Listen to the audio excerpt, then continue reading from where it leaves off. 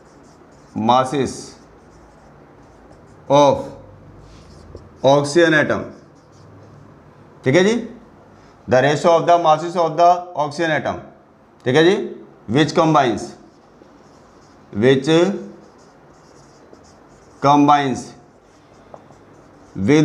क्या बोलेंगे हम भाई, क्या बोलेंगे इस बात में यहाँ पर हम, फिक्स्ड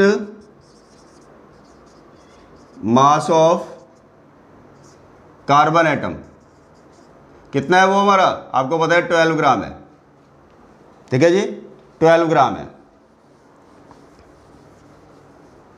ठीक है जी, has simple multiple ratio, has simple multiple ratio. अब आप देखो, अगर देखें तो क्या था हमारा, पहले वाले का 16 था, दूसरे वाले का कितना हमारा 32 है, और करके इसको क्या लिख सकते हैं बोलिए हम, 1 और 2 का रेशो लिख सकते हैं ना भाई, हम 1 और 2 का रेशो लिख सकते हैं इसको हम। तो यही तो हमारी स्टेटमेंट कहती है, देख लीजिए आप, आपको बता रहे थे कि भाई 2 एलिमेंट्स आपस में कंबाइन हो रहे हैं, बट उनका जो मास का रेशो क्या हमारा वो डिफरेंट है, तो उसके रिस्पेक्ट में केमिकल कंपाउंड क्या बनेंगे, डिफरेंट बनेंगे। तो मास of the one of the element, उसके बाद बोल रहे हैं, यानी कि ऑक्सीजन को कह सकते हो आप, that combines with fixed mass of another element, जो कि हमारा यहाँ पे क्या था, कार्बन था, ठीक है जी, the mass of the one of the element that combines with fixed mass of another element, मतलब carbon, which bears a simple multiple ratio of each other, एक सिंपल मल्टीपल रेशो बनेगा उनके बीच में। तो एक एग्जाम्पल तो आपका यही हो गया, और कोई एग्जाम्पल भी ले लेते हैं, देख लीजिए अब सेकंड एग्जाम्पल ले लो आप, जैसे कि मैं बात कर रहा हूं आपसे, हाइड्रोजन है, हाइड्रोजन है, इसको मैं ऑक्सीजन के साथ कंबाइन कर रहा हूं, हाफ और 2 लेके चल रहा हूं यहाँ पे, तो ये क्या बन गया हमारा, H2O बन गया। आप देख लो आप, यही हाइड्रोजन है, अगर हम ऑक्सीजन के साथ में कंप्लीट मोल के साथ में कॉम्बिनेशन इसका लेके चल रहे हैं, तो ये क्या बन गया हमारा H2O2। ये क्या बन गया हमारा, यहाँ पे वाटर बन रहा है, ये हमारा वाटर हो गया, और H2O2 क्या हो गया यहाँ पे बोलेंगे तो हम, आप बोलेंगे हाइड्रोजन परऑक्साइड हो गया, देख रहे हो आप, यहाँ पर क्या है, ये फिक्स है, ये हाइड्रोजन क्या है हमारा, आप बोलेंगे ये फिक्स्ड मास है, यहाँ पे भी देख लो आपका 2 ग्राम है, यहाँ पे भी बोलेंगे हम क्या है हमारा 2 ग्राम है, ठीक है जी, यानी कि आपका हाइड्रोजन का कितना होता है भाई, अगर हम मास की बात करते हैं तो 1 ग्राम की बात करते हो आप, एक हाइड्रोजन के लिए, 2 हाइड्रोजन है तो हमारे पास में क्या हो गया, 2 ग्राम हो गया। अब देखिए इसमें क्या हो गया, ऑक्सीजन की बात करते हैं तो ये कितना हो जाएगा बोलेंगे तो हम, ये हो गया हमारा 16 ग्राम, ये कितना हो गया बोलेंगे तो हम बोलेंगे ये 32 ग्राम, ठीक है जी। तो आप यहाँ पे बोल सकते हो ना, the ratio of the masses of oxygen which combines with fixed mass of hydrogen bears A simple multiple ratio, simple क्या बोलेंगे हम, simple multiple ratio, multiple ratio two each other, तो क्या हो गया देख रहे हो आप भी, अभी आपने देखा था 16 32, ये रेशो है हमारा ऑक्सीजन का आपस में, दोनों कंपाउंड के केस में, तो यानी अब आपका क्या हो गया, इसको भी बोल सकते हो आप 1:2, तो देख लीजिए सिंपल है।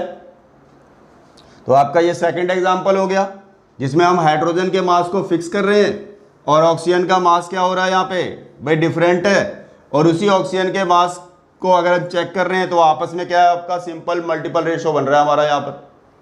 और एग्जाम्पल ले लेते हैं, जैसे हमने एक एग्जाम्पल और ले लिया, थर्ड एग्जाम्पल ले लेते हैं हम यहाँ पर, जैसे सल्फर ही है, सल्फर को ऑक्सीजन के साथ में कंबाइन कर रहे हैं O2 के साथ में, तो ये क्या बना रहा है हमारा, आप बोलेंगे SO2 का फॉर्मेशन कर रहा है। अब देखिए यही सल्फर है। अब यहाँ पर क्या है हमारा, अगर ऑक्सीजन की बात करते हैं, O2 की बात करते हैं, तो यहाँ पर आप ले लो, आप कह सकते हो भाई यहाँ पर ये बन रहा है हमारा SO3, ठीक है जी, SO3। तो यानी आप कह सकते हो ये हो गया हमारा 1.5 मोल ले लिया हमने, 1.5 मोल ऑफ O2, ठीक है जी।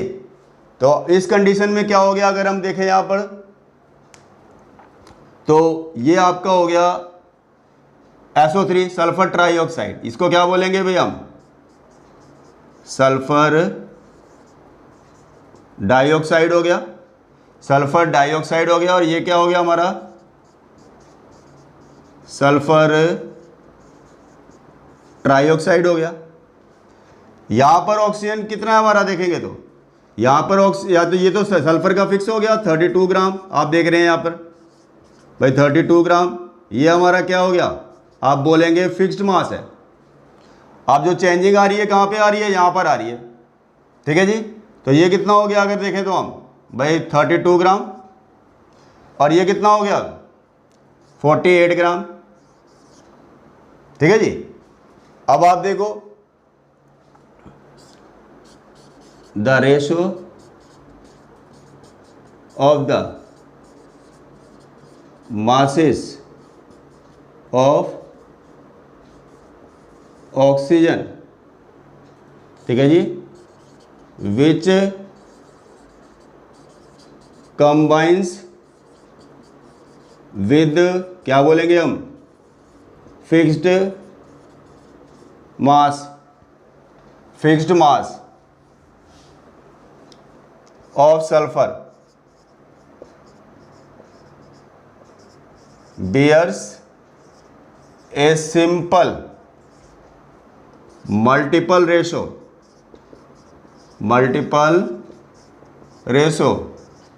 to each other। यही तो बात हो गई ना। देखिए आप, अब 32 है, 42 है, तो 48 है, सॉरी 32 48, 32 और ये क्या हो गया 48। तो हम इसको क्या लिख सकते हैं, बोलिए 2 और 3 का रेशो। आप देख रहे हो भाई हमारा एक 2 और 3 का रेशो बन रहा है दोनों के बीच में। तो ये क्या हमारा एक सिंपल मल्टीपल रेशो है। तो ये हमारा हो गया थर्ड एग्जांपल हो गया। समझ में आ गई होगी बात वैसे तो आप सभी को, लेकिन चलो आपके लिए एक एग्जांपल और हम फॉलो कर लेते हैं, थोड़ा सा और कंसेप्ट क्लियर हो जाएगा, ठीक है जी। तो मैं आपसे यहाँ पे बात कर रहा हूँ ऑक्साइड्स ऑफ नाइट्रोजन। नाइट्रोजन तो कई सारे ऑक्साइड बनाता है। अब आप देखो जैसे N2O, आपका NO, N2O3, N2O4, आपका हो गया N2O5। आप देखिए ये मैंने क्या बताया हुआ है आपको, ऑक्साइड्स ऑफ नाइट्रोजन बताए हैं। तो इसमें हम देखते हैं मास ऑफ नाइट्रोजन, और यहां मैं बात कर लेता हूं आपसे मास ऑफ ऑक्सीजन। अब आप देखो यहां पे नाइट्रोजन कितना हो जाएगा बोले तो, इसमें इसके अंदर मास कितना होगा नाइट्रोजन का, नाइट्रोजन का कितना होता है 14 होता है, और 2 है तो आपका इसका मतलब क्या होगा 28। ऑक्सीजन कितना हो गया यहां पे बोलेंगे तो हम कितना है 16 है। अब NO के अंदर देखें हम तो N का कितना हो गया 14, ऑक्सीजन कितना हो गया 16।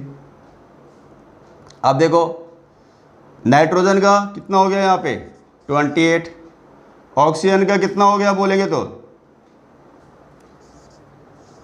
48, ठीक है जी। अब उसके बाद में अब आपका देखो नाइट्रोजन का कितना हो गया इसमें देखेंगे तो 28, और ऑक्सीजन का कितना हो गया, ठीक है जी, कितना हो गया बोलिए 64, ठीक है जी। उसके बाद अब आपका नाइट्रोजन का कितना हो गया यहाँ पे 28, ऑक्सीजन का 5 है, कितना हो गया 80, ये हो गया। ठीक है जी। तो आप देख रहे हैं कि अगर हम ऑक्साइड्स ऑफ नाइट्रोजन की बात करते हैं तो आपका ये डिफरेंट डिफरेंट टाइप के ऑक्साइड्स हो गए हमारे नाइट्रोजन के। उसके हिसाब से वहाँ पे देखा जाए तो नाइट्रोजन का मास है और ये हमारा ऑक्सीजन का मास है। अब एक काम करते हैं, आप fix the mass of nitrogen atom, ठीक है जी, fix the mass of nitrogen atom as, क्या कह सकते हो आप। अब देखो यहाँ पर वेरिएशन दिखाई दे रही है ना। एक काम करते हैं, ये हमारा जो 14 है इसको हम फिक्स कर देते हैं, तो इससे क्या होगा, देखो नाइट्रोजन एटम एज 14 ग्राम, 14 ग्राम को हम फिक्स कर रहे हैं। तो उसके हिसाब से देखिए हमारा अब रेशियो क्या बनता जाएगा, fix the mass of the nitrogen atom as 14 gram, the ratio of the masses of oxygen atom which combines with fixed mass, ठीक है जी, ऑफ नाइट्रोजन एटम, ठीक है जी, इज, तो क्या हो जाएगा, the ratio of the masses of oxygen atom which combines with fixed mass of nitrogen atom, ठीक है जी, आर इज नहीं, आर कर दो आप, आर, ठीक है जी। क्या क्या होगा देखिए अब आपका, अब अगर हम नाइट्रोजन को 14 लेके चल रहे हैं, जैसे नाइट्रोजन को 14 लेके चल रहे हैं, देख लीजिए अब आप, यानी अगर इसको हम हाफ करेंगे तो ये भी तो हमारा हाफ हो जाएगा, ठीक है जी। यानी अगर ये हमारा 28 था, उसको हम 14 लेके चल रहे हैं, तो उसमें मास का रेशो क्या होगा, ऑक्सीजन का भी तो क्या हो जाएगा, इसका हाफ हो जाएगा, यानी ये क्या हो जाएगा 8, तो ये क्या हो गया आपका 8, ठीक है जी। अब आप देखो 8 हो गया। अब इसको देखेंगे तो यहाँ पर तो 14 ही है, तो ये क्या रहेगा हमारा 16। अब आप देखो यहाँ पर कितना है हमारा 28 है, 28 का अगर करेंगे तो इसको भी हाफ करना पड़ेगा आपको, ये कितना हो जाएगा 24। अब इसके हिसाब से देखें हम, अब देखो ये 28 है, अगर इसको हम 14 करेंगे तो ये क्या हो जाएगा 64 का 32 हो जाएगा। अब अगर हम बात करते हैं इसको 14 करेंगे तो ये 80 का क्या हो जाएगा बोलेंगे, तो ये 40 हो जाएगा। तो आपको रेशो क्या दिखाई दे रहा है, 8, 16, 24, 32 एंड 40, ठीक है जी। तो हम इसको क्या लिख सकते हैं, इधर देखिए, इसको क्या लिख सकते हैं बोलिए हम, 8, 16 है ना, तो आप इसको क्या लिख सकते हैं बोलो, 1:2, :3, 24, :4, :5, which is a simple